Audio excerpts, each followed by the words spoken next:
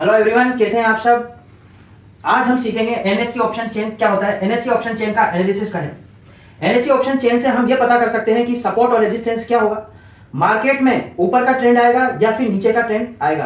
Up trend में होगा market या डाउन ट्रेंड में होगा।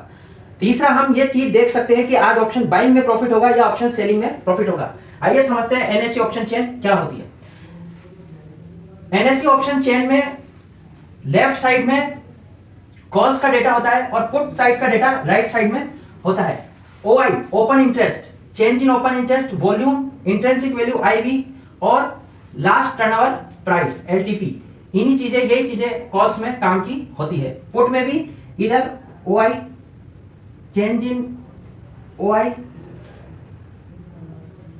वॉल्यूम, आईवी और एलटीपी, ये चीजें इसमें पुट में, पुट साइड यही काम के होते हैं। पुट साइड में ये टर्म्स काम की होती है। कॉल साइड में OI, change in OI, volume, IV और एलटीपी टर्म्स काम की होती है।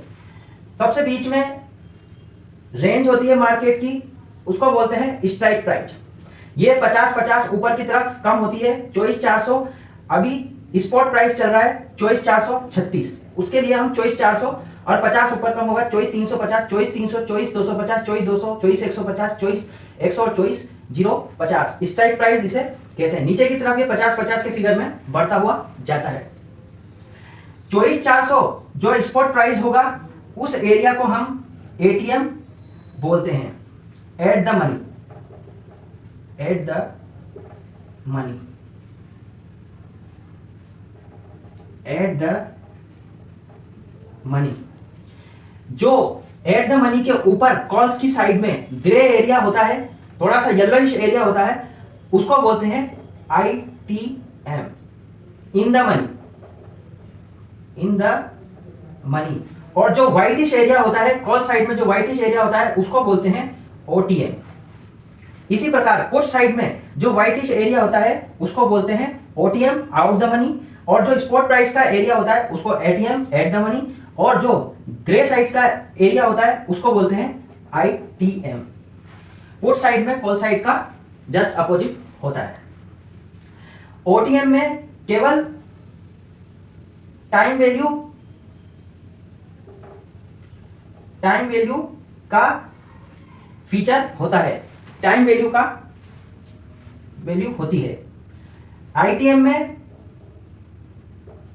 Time value plus time value और इंट्रिंसिक वैल्यू दोनों फीचर होते हैं। टाइम वैल्यू समय के साथ साथ जीरो हो जाता है, इसीलिए एक्सपायरी की डेट पर ओटीएम के प्रीमियम जीरो हो जाते हैं। ओटीएम के प्रीमियम्स एक्सपायरी पर जीरो इसीलिए हो जाते हैं क्योंकि इसमें टाइम वैल्यू ही होता है, जबकि आईटीएम में टाइम वैल्यू और इंट्रिंसिक वैल्यू होता है। इंट्रिंसिक वैल्यू की कैलकुलेशन हम आगे सीखेंगे। चेन को हमेशा ऑप्शन सेलर के प्रोस्पेक्ट से देखा जाता है। अब हम आईवी की कैलकुलेशन समझेंगे।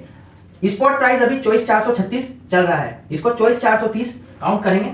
और कॉल साइड में ITM, ATM, OTM. Strike price अभी 24,400 चल रहा है, उसका एक ऊपर 24,300 आईटीएम होगा, ओटीएम 24,500 होगा। Out the money, in the money, at the money, ये स्पॉट प्राइस अभी चल रहा है। सबसे पहले स्पॉट प्राइस में से स्ट्राइक प्राइस को घटा लेंगे। 24,430 में से 24,300 लेस करेंगे तो 130 आएगा। 24,430 में से 24,400 लेस करेंगे तो 30 आएगा।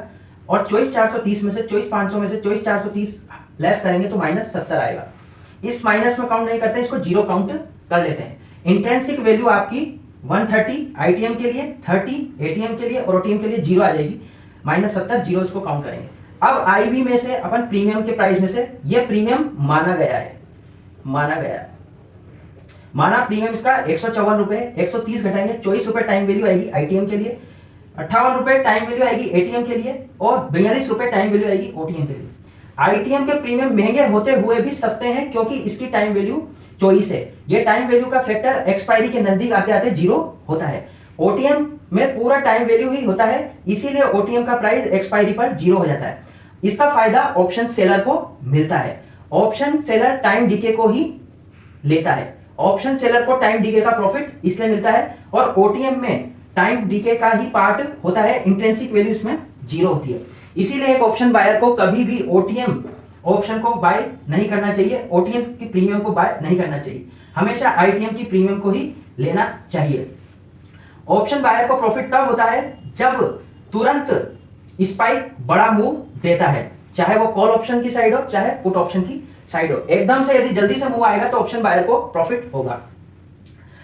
यदि आप इंट्राडे में काम करते हैं, इंट्राडे में काम यदि करते हैं तो आपको चेंज इन ओआई का डेटा प्रीफर करना चाहिए। और यदि आप पोजीशन लेते हैं, पोजीशन में काम करते हैं तो आपको ओआई का ओपन इंटरेस्ट का डेटा काम में लेना चाहिए। अब हम फाइंड आउट, हम ये